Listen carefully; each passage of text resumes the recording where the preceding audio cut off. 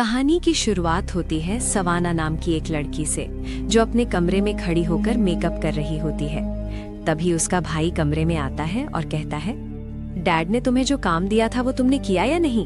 Savanna कहती है, मैं अभी थोड़ी बिजी हूँ, वो काम तुम ही कर लो। इतना कहकर वो दरवाजा बंद कर देती है। बाहर से उसका भाई कहता है, जल्दी काम खत्म कर लेना, थोड़ी देर में बारिश होने वाली है। लेकिन जब सवाना खिड़की से बाहर देखती है तो मौसम बिल्कुल साफ होता है। तभी अचानक उसकी नजर अपने गर्दन पर पड़ती है और उसे वहां एक डरावना सा आदमी दिखाई देता है। तभी उसके डैड का फोन आता है। सवाना अपने डैड को उस अजीब आदमी के बारे में बताती है। उसके डैड पूछते हैं, वो दिखने में कैसा है?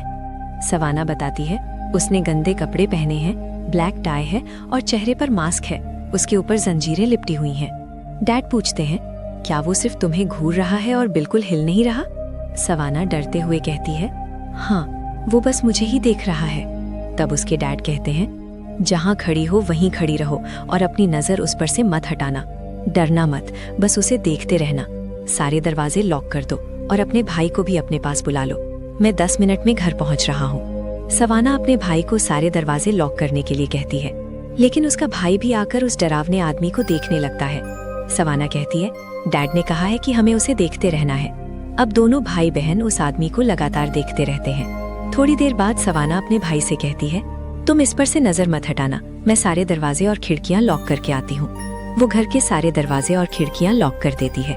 लेकिन जब वो वापस अपने कमरे में आती है तो कुछ बहुत डरावना होता है। सवाना देखती है कि वो डरावना आदमी अब वहाँ नहीं है।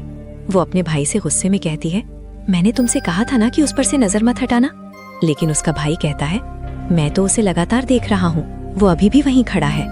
अब अजीब बात ये होती है कि वो आदमी सिर्फ उसके भाई को दिख रहा था, सवाना को नहीं।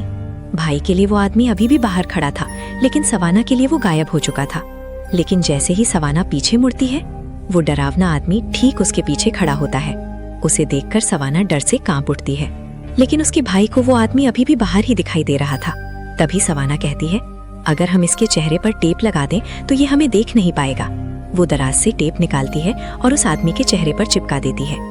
लेकिन जैसे ही वो अपने डैड को फोन करने वाली होती है, वो डरावना आदमी अचानक उसे मारने की कोशिश करता है। तभी उसका भाई बीच में आकर उसे बचा लेता है और उस आदमी के चेहरे से टेप हटा देता है। टेप हटते ही वो आदमी फिर से एक जगह खड़ा हो जाता है और दोनों भाई बहन उसे देखते रहते हैं ताकि वो आगे ना बढ़ सके। तभी उनके डैड भी घर पहुंच जाते हैं। वो एक आईना लेकर उस आदमी के सामने रखते हैं और अचानक वो डरावना आदमी उस आईने के अंदर चला जाता है। फिर उनके डैड उस आईने को तोड़ देते हैं और उसी के साथ वो डरावना आदमी भी खत्म हो जाता है। सवाना डरते हुए पूछती है, डैड, ये सब क्या था?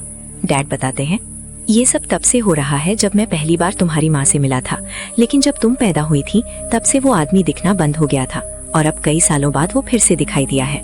तभी सवाना का भाई देखता है कि जो आदमी उसे दिख रहा था वो भी अब गायब हो चुका है। इतने में अचानक घर की डोरबेल बजती है और इसी सस्पेंस के साथ ये डरावनी कहानी यहीं खत्म हो जाती है।